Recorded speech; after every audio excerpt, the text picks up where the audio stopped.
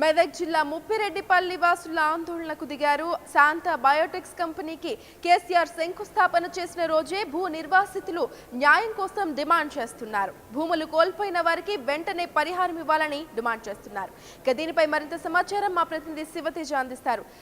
శివతేజ, చెప్పండి, స్థానికులు ఏమంటున్నారు? ఆందోళనకు దిగడానికి గల కారణం ఏంటి?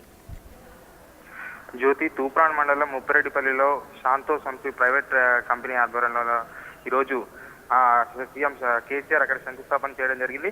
అయితే ఇప్పటికే ఒక యూనిట్ ఉంది. ఆ యూనిట్ని మరో యూనిట్ గా మార్చడానికి ఈరోజు తెలంగాణ ముఖ్యమంత్రి కేసీఆర్ చేతుల ఆధ్వర్యంలో భూమి పూజ కూడా నిర్వహించడం జరిగింది. అయితే ఇదే రోజు అక్కడ ఉన్నటువంటి భూ నిర్వాసితులు, అంటే భూములు కోల్పోయిన వారు ఎవరైతే ఉన్నారో వాళ్ళంతా కూడా ఒక ఆందోళన బాట పట్టడం జరిగింది.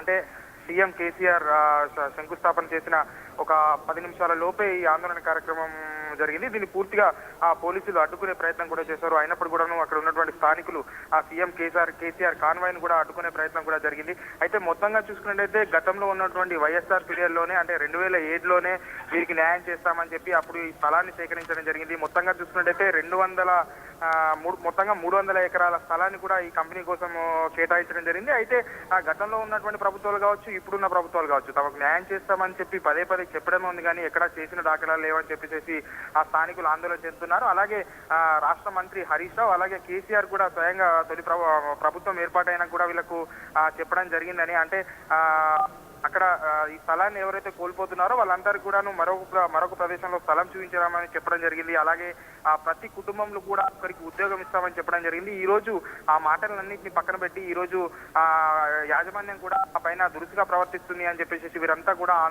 ఆందోళన బాట పడడం జరిగింది. జ్యోతి, అయితే శివతేజ, చెప్పండి, కంపెనీ వాళ్ళు ఎలాంటి హామీలు ఇచ్చారు? అధికారులు అయితే చెప్పారు ఉద్యోగాలు లేకపోతే స్థలం కోల్పోతే ఎలాంటి చర్యలు తీసుకుంటారు. మరి కంపెనీ వాళ్ళు ఎలాంటి హామీలు ఇవ్వడం జరిగింది?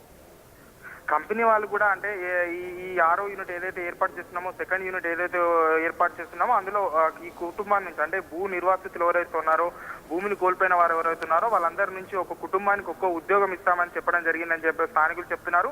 ఈ రోజు ఉద్యోగం కావాలి అని చెప్పేసి గత వారం రోజుల నుంచి కూడా కంపెనీ యాజమాన్యం దృష్టికి తీసుకెళ్తే డబ్బులు కూడా డిమాండ్ చేయడం జరుగుతుంది. అంటే అటు ప్రభుత్వాధికారులు, ఇటు కంపెనీ యాజమాన్యం కూడా తమని పూర్తిగా మోసం చేస్తుంది అని చెప్పేసి స్థానికులు తీవ్రంగా ఆందోళన వ్యక్తం చేస్తున్నారు.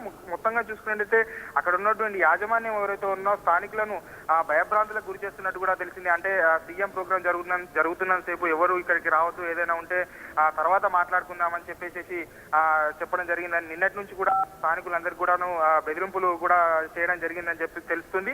మొత్తంగా స్థానికులు మాత్రం తీవ్ర ఆగ్రహం వ్యక్తం చేస్తున్నారు. ఖచ్చితంగా ఏదైతే కంపెనీ కోసం మా భూమిని కోల్పోయామో మాకు తగిన న్యాయం చేయాలి అని చెప్పేసి స్థానికులు డిమాండ్ చేస్తున్నారు. జ్యోతి, రైట్, థ్యాంక్ యూ శివతేజ.